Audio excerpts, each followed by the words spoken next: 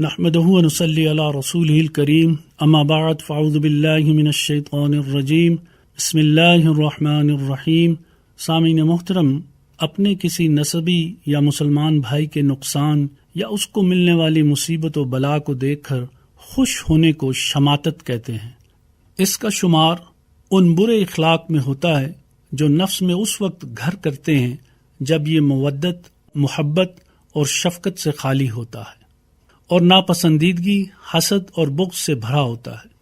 قرآن کریم کفار کی عمومی حالت کو بیان کرتے ہوئے ارشاد فرماتا ہے کہ اگر تمہیں یعنی مسلمانوں کو کوئی بھلائی پہنچے تو انہیں بری لگتی ہے، اور تمہیں کوئی رنج پہنچے تو وہ اس سے خوش ہوتے ہیں، اور اگر تم صبر کرتے رہو اور تقوی اختیار کیے رکھو تو ان کا فریب تمہیں کوئی نقصان نہیں پہنچا سکے گا۔ جو کچھ وہ کر رہے ہیں بے شک اللہ اس پر احاطہ فرمائے ہوئے ہیں۔ مفسرین کرام اس آیت کے تحت لکھتے ہیں کہ اس آیت میں بھلائی سے مراد نعمت اور برائی سے مراد معصیت ہے۔ بھلائی پہنچنے پر انہیں برا لگتا ہے، حسد ہے، اور برائی پہنچنے پر ان کا خوش ہونا شماتت ہے۔ جامع ترمذی میں ہے کہ سیدنا واصلہ رضی اللہ تعالی عنہ سے مروی ہے کہ رسول اللہ صلی اللہ علیہ وسلم نے فرمایا، اپنے بھائی کی شماتت نہ کر، یعنی اس کی مصیبت پر اظہار مسرت نہ کر کہ اللہ تعالیٰ اس پر رحم کرے گا اور تجھے اس میں مبتلا کر دے گا۔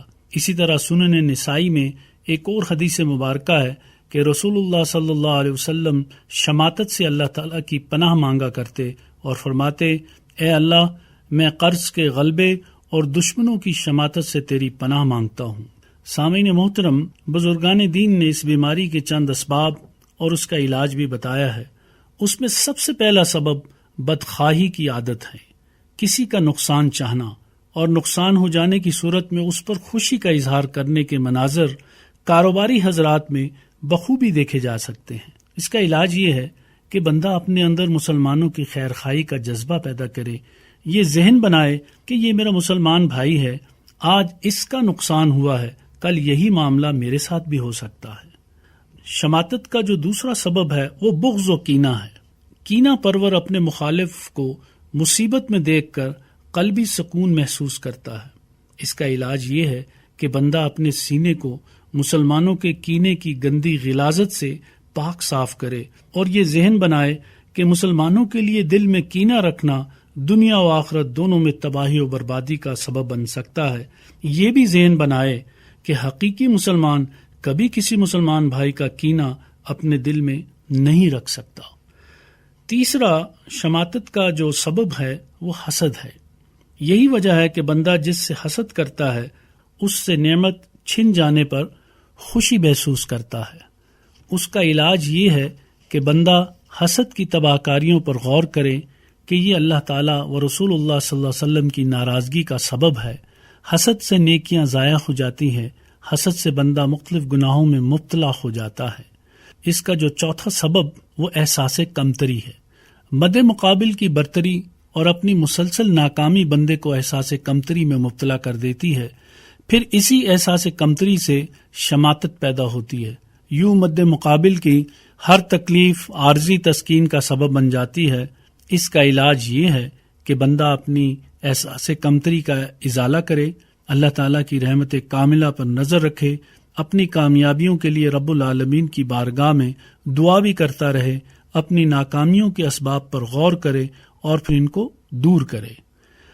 پانچواں جو ہے وہ شماتت کا جو سبب ہے وہ ہے حب جاہ۔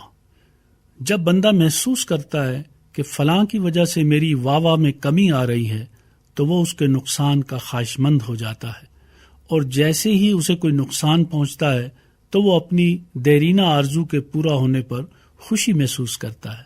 اس کا علاج یہ ہے کہ بندہ حب جاہ سے اپنے آپ کو بچائے، یہ بھی اپنا ذہن بنائے کہ اگر مجھے کوئی منصب یا عہدہ نہیں ملا تو ہو سکتا ہے میرے حق میں یہی بہتر ہو، مجھے یہ عہدہ نہ دے کر اللہ تبارک و تعالیٰ نے کئی مصیبتوں اور پریشانیوں سے نجات عطا فرما دی ہو، لہٰذا میں اپنے بھائی کو اس کا قصوروار کیوں ٹھہراؤں اور اس سے شماتت کیوں کروں۔